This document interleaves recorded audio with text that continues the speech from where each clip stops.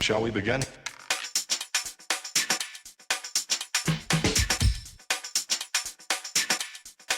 Let's begin. All right, everybody. Welcome to a brand new episode of the Frankly Francisco podcast. I am flying solo this week. It's been a bit of a whirlwind.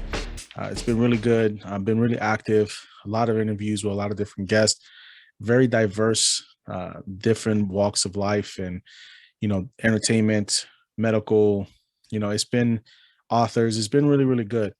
But today, this episode, I wanted to focus on something that's been eating at me for a while. Something that I deal with on a daily basis is, in wealth and dealing with people with money. And because, I'm in the banking industry. And what I'm going to say might be a little bit controversial to some of you people. Some people might not like it and some people may not understand. But for me, wealth is a disease. Okay. And what I mean by wealth is a disease, I mean that the pursuit of wealth is a disease. It infects your whole body, affects your mind, your body, your spirit, your soul. It can affect you in so many different ways when we're chasing what we want and we're chasing certain goals. There are statistics out there that tell you that when somebody has wealth and they suddenly lose that wealth, it leads to higher rates of them unaliving themselves. So it can affect us in very, very different ways. Some people know how to handle the wealth. Once they have it, they know what to do with it. They make more of it. They turn it into generational wealth. Some people, once they get that wealth, this is the disease factor that I'm talking about. It creeps in there. They don't know how to manage their money. They don't know how to do the things they need to do to keep that wealth going or to keep that money growing. And they blow it. You know what I mean? Some people can't handle having that type of responsibility of having those kind of funds. And I know a lot of people like to say, well, they didn't have it before, they had it now. They didn't know what to do with it. They knew what they wanted to do with it. That's why they spent the money the way they spent it. They spent it on things they wanted. Okay. There's a difference between necessity and want.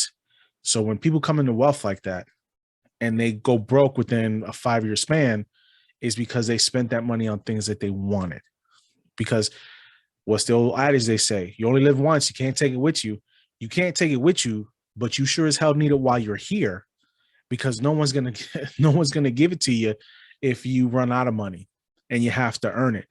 And I think when I say that, and I'll keep saying it, I believe the pursuit of wealth is a disease to the people of the world, not just American people, all over the world. People want to get out of poverty. People want to have that money. Why do you think lottery is one of the biggest things that people play? Even I'm guilty of playing lottery. You see a number like 550 million or 600 million, even 200 million, and it's only going to cost you $2. Most people are going to take that chance, even though you have a better chance of getting eaten by a shark and hit by lightning 3 times before you can even win the lottery. But people still think because there's a sliver of hope to hit that wealth, they go out and they do what they need to do, which is spend those couple of dollars. Same thing with casinos. And me, myself, I've had an issue with casinos in the past. Like, you have to learn how to limit yourself. You need to learn how to, know when to walk away, know when to hold them, know when to fold them. And some people can't. They catch the fever. They start hitting and start making that money and they feel they can just keep going, don't know when to walk away. And that can be a problem for a lot of people. It's that wealth disease. It's that disease of thinking, hey, man, let's pursue, let's get this, let's make this money, let's do the things we need to do. It is a bad thing sometimes because some people are not meant to have money. And it may not sound like it's the right thing to say, but this is factual. It may not be your time to have money because a lot of times when these people have money, they don't know what to do with it and it ruins their lives.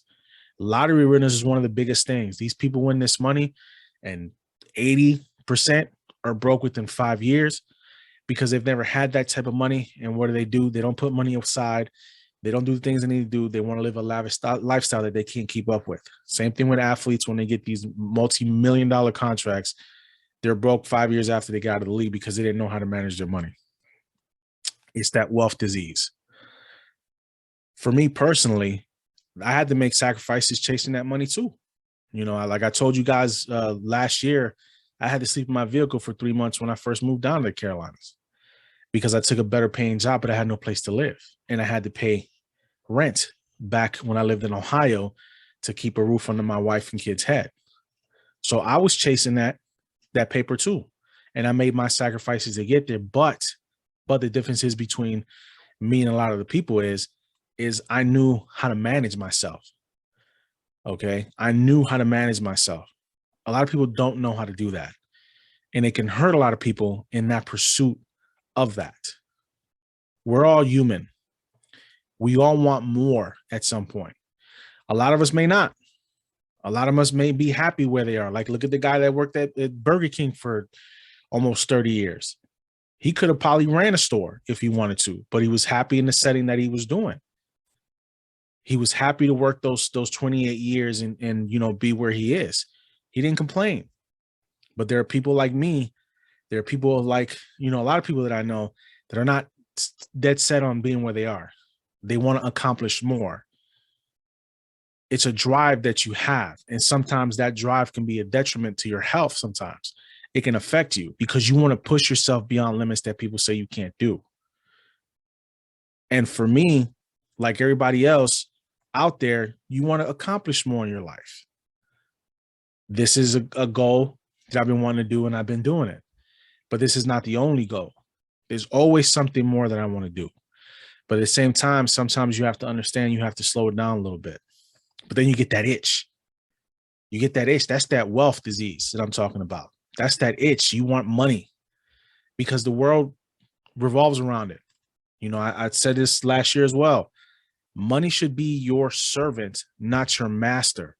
And I think sometimes we get those reversed. Sometimes the money tells us what to do and we follow. And it shouldn't be like that. I speak for myself, a lot of the times. I'm not speaking for everybody, but if you look out into the world, you see what's going on out there, man. People are going broke left and right. Crypto, biggest thing out there. People are losing their shirts right now on crypto. Crypto was up like $57,000 for a Bitcoin, and now it's down like 24,000. It's unregulated.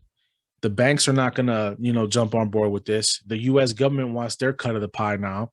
You had crypto millionaires. These are like kids. You had 19-year-olds, 20-year-olds that were mining Bitcoin that were multimillionaires. And now, they had 20 million. Now they're down to 10 million or 5 million. But it's not real money. It's virtual money. You have you have ATMs now where you can convert Bitcoin. Like, it's amazing what technology has done and the pursuit of wealth. People are finding different avenues. Who would have thought Bitcoin was, or virtual coin was something that somebody would have thought of 25 years ago, 30 years ago about, internet currency? Because that's basically what it is internet currency. We place a value on it. Like these NFTs. What I don't like about NFTs is you are not the only person that owns it. You can buy an NFT, but there's somebody else that's you can buy that same NFT. So where's the value? We add the value. We place value on it. Supply and demand. We've talked about this before, but it's that wealth disease. It's the wealth disease of people wanting to be rich, finding different avenues to be rich. When you guys have Jake Paul spending $3.4 million on a Pokemon card, that's not a flex. That really isn't a flex. Listen, if he's got the money, by all means, go out and get it. If that's what he wanted to do with his money, he can go out and do that with his money. But that's not a flex to me because it's something that it can lose value at any time. We place value on that stuff. And him spending that kind of money on that just to spend it, I mean, I don't know, man.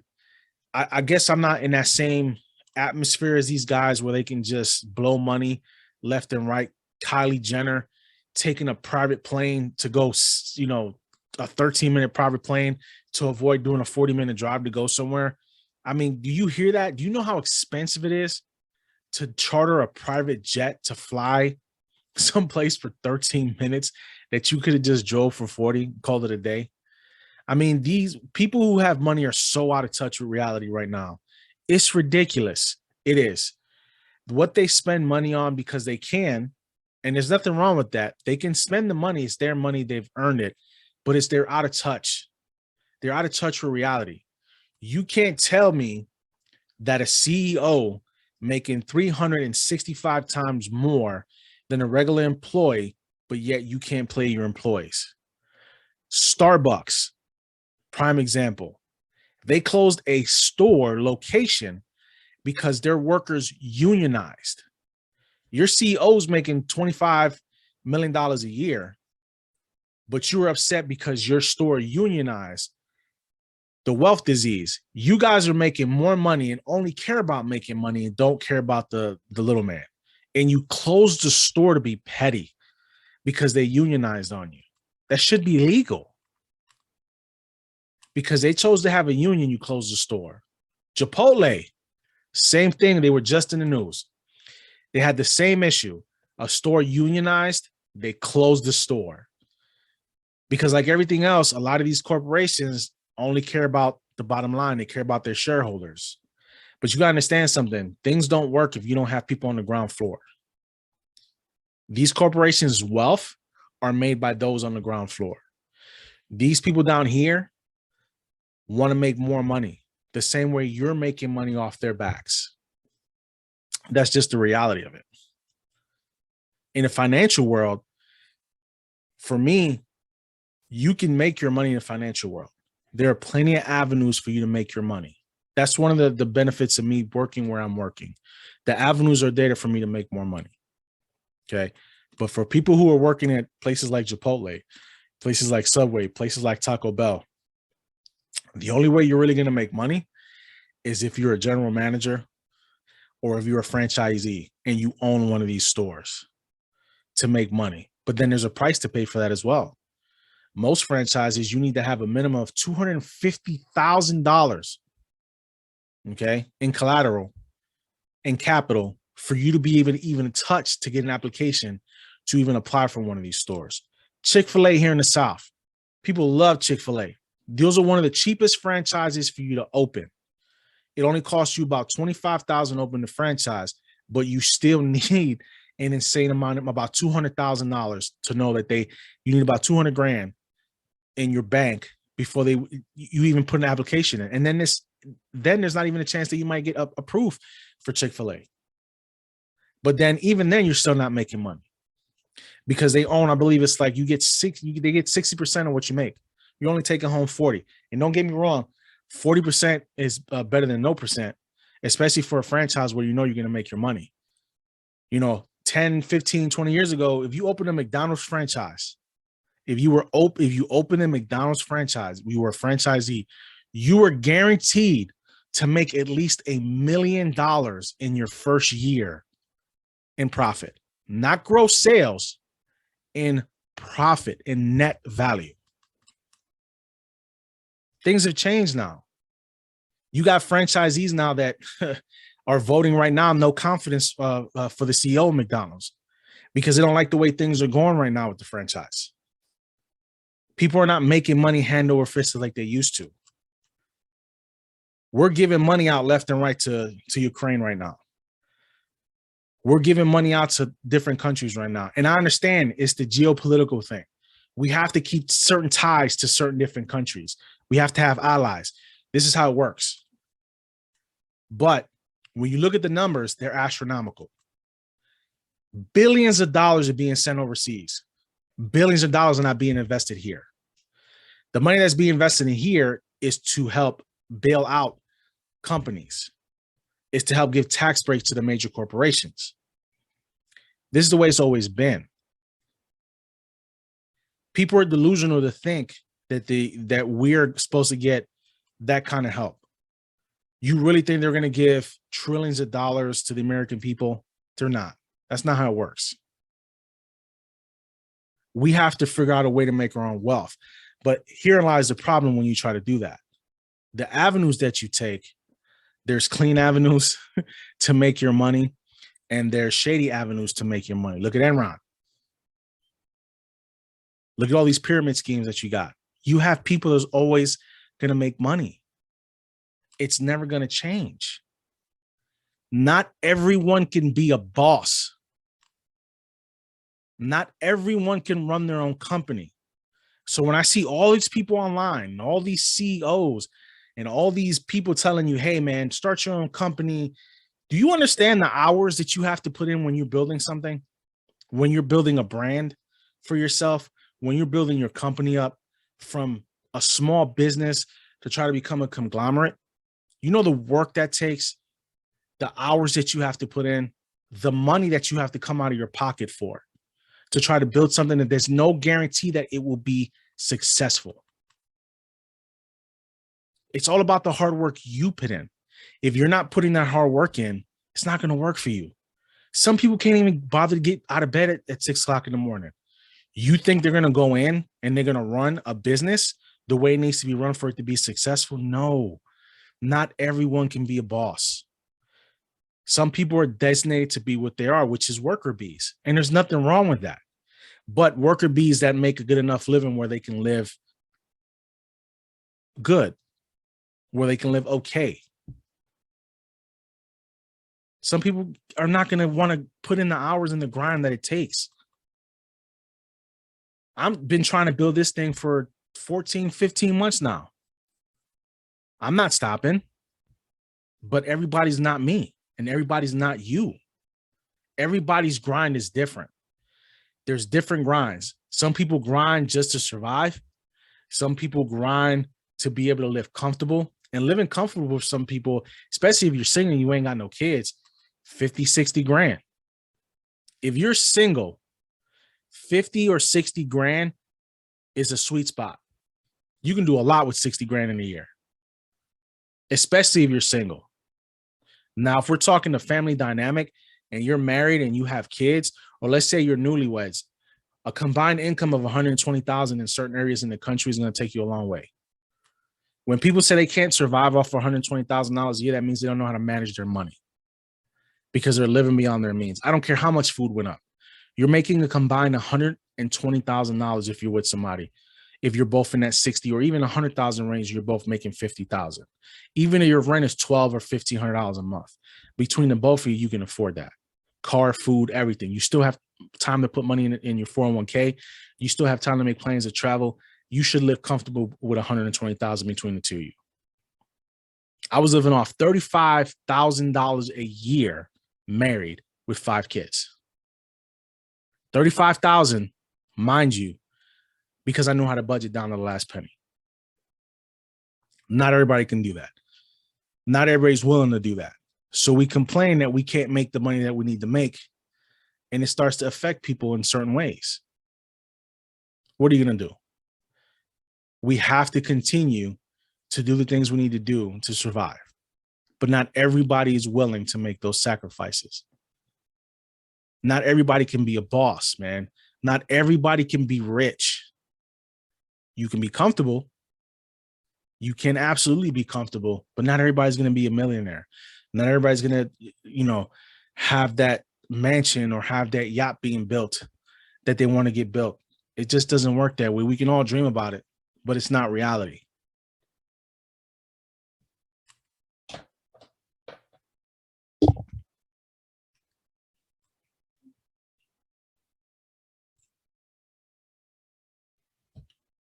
So priorities is the biggest thing for most people. You got to pick what your priorities are.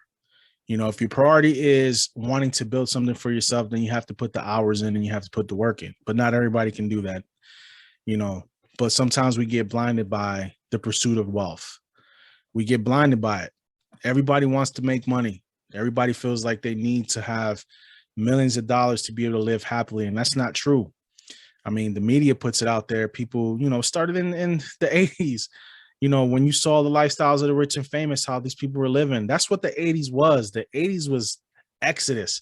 The 80s was excess. I'm sorry, it was excess. People living, making money hand over fist, buying Porsches, Lamborghinis, Ferraris, just living that lifestyle. And it just continued and it rolled over. Now we're just living in a different way now.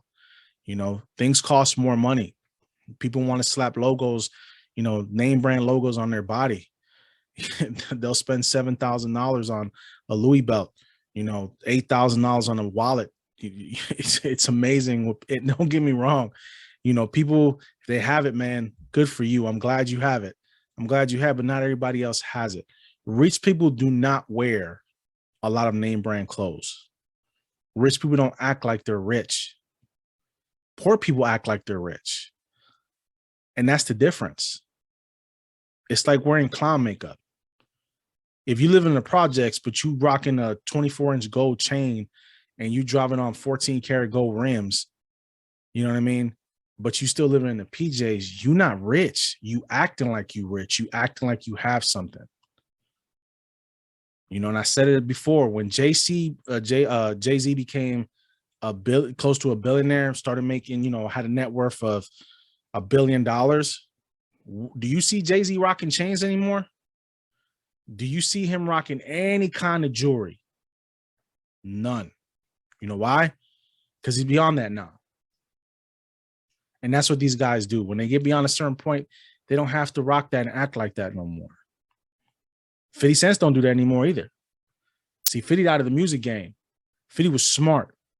He's got one foot in the music game, but he's making most of his money now in Hollywood. And that's a whole nother hustle. The music industry is bad. Hollywood is worse for a lot of people.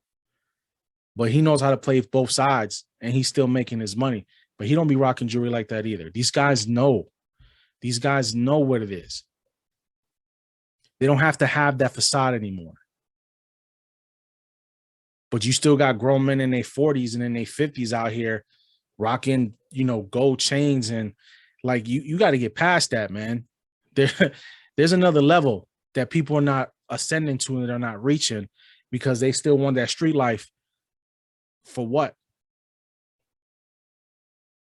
If you a 30, 35, 37, 40-year-old rapper or 45, 35, 38 ball player, and you're still rocking, living like you living in the streets, man, that's not reality, man. You're pampered athletes. You're a pampered star.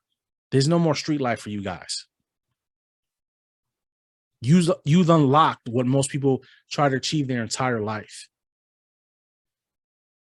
Most people can work their entire life, 30 years, 35 years, and never accumulate $1 million in salary over that lifetime. Do you understand how much it takes to make $1 million? And when these people are making $8, $9, $10 an hour, and they're only averaging $15,000 a year, $20,000 a year, it's going to take them forever. And I'm not talking about net. I'm not talking about gross. I'm talking about what they've gotten after taxes, because you can't really count salaries, because that salary is going to get taxed is what you get after that tax. And most people work their entire life and not even come close to making $1 million over their lifetime working an hourly job. That's just factual. So what do? It's that wealth disease. Gets in your veins, makes you act different and funny. You take those winnings, and what do? You take those earnings, and what do? You spend it on lottery. You spend it at the track. You spend it at the casino.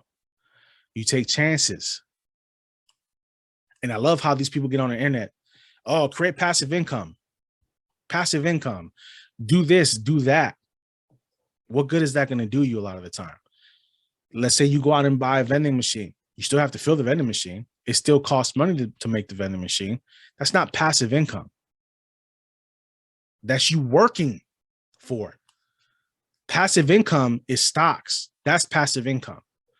Passive income is you investing in the stock market and sitting back with that initial investment and sitting and leaving it alone and watch it go up.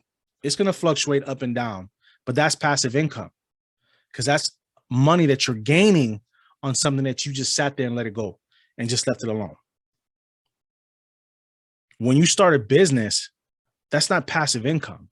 That's you putting in the hours and the work to make that work. A carpenter, he makes his living off building with his hands. electrician and plumber, these guys make really good money. 200,000, 250,000 a year. They're not millionaires, but they're damn sure living comfortable. But guess what? They work and grind for that money. Do they want more? Of course they want more. Everybody wants more. Well, the majority, I won't say everybody, because there's people in the world that have nothing and that are some of the happiest people in the world because they don't value material things. And that's the thing with me, and I've said it before, I don't value material, okay? I don't want material. I just want to travel. I want to see I want to see the world. I want to see different cultures. I want to enjoy life with my wife and my kids and experience things. You know, cars don't mean anything to me. Jewelry doesn't mean anything to me. That's just me. But not everybody's built like. People want to look fashionable. People want to rock, you know, $8,000 pair of shoes. They want to rock red bottoms because it's a name brand. But a name brand always starts off as a small business. You don't just become a sensation overnight. You have to build your brand. I can't put a clothing line out and say, hey, man, this is my new clothing line. Everybody go rock it. No, because I'm what I'm doing now, what I'm talking to you guys and with this podcast is I'm trying to build my brand. So when I do bring out projects and I do have things I can say, hey, listen, you guys have known me for quite a while. You know what kind of person I am. This is my new product that I'm bringing out. Go check it out. It's affordable, you know, clothes or this or that, because you know the brand already. And I think a lot of people, they think they get successful because they're on TikTok, you know, and they're posting videos. TikTok doesn't pay creators like that. Facebook doesn't pay creators like that. YouTube pays creators well, but you have to be at such a high level on YouTube. It's amazing. But some of these creators on YouTube are making 20, 40, 50, $60,000 a month in revenue. But they put that work in time and time again. For me, social media has been the biggest thing for me, you know, drawback. I can't afford to post 5, 6 videos a day, even if they're small clips. Can't do it. I put up my videos once a month. Once a week. I do my podcast once a week, put my videos out, promote my stuff. But I can't, like, every once in a while, I'll get on there and I'll do a video. But content creation is hard. But if you want to make your money, you need to continuously keep making content, because people's attention spans are really, really short these days. You know, you can fade into oblivion at any point and people will be done with you. But if you're consistent, you know, you'll see your numbers start to rise after a while. It takes creators years to get where they need to be. It can take podcasters years to get where they need to be. But a lot of times that wealth disease creeps in and people want to make their money fast. So what do? They inflate the numbers. They buy followers, they buy likes, they buy views, because then they can start getting sponsorships and then they can see some of those dollars come in. But that's not organic. That's not real. That's you. But sometimes you have to cut corners to get where you need to be. And by that time, you really haven't built an audience. At the end of the day, prioritize what it is that you want to accomplish and you want to do. Don't rely on what the next man is telling you. Pursue what you need to pursue, but do it in such a way where it's not going to eat at you, man. If you're always constantly worried about money, if you're always constantly worried about becoming rich, becoming famous, it's going to eat at you. Work the avenues that you can work that's going to get you and put you in the right position to be successful. If you want to be Hollywood, start doing talent evaluations. Start going to tryouts. You know, go and read a script somewhere. Go try out for a show. You're going to get rejected more than you're going to get accepted, but that's how you learn. That's how you grow. We are our own worst enemies when it comes to that. Success comes with sacrifice. And if you're not willing to sacrifice, you're not going to be successful. You have a lot of people out there that want to give you this, give you advice that everybody can be a boss. Everybody, remember, everybody cannot be a boss. Some people are meant to be worker bees.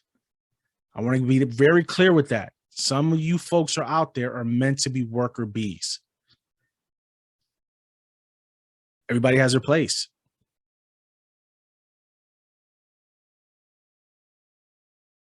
Wealth is built over time. And those who get it overnight don't tend to last unless you have a really good support team around you. Grow the best you can. Do the best you can. Achieve what you can. And no matter what anybody tells you, if you found your purpose, live it. Appreciate you, folks. I'll talk to you again.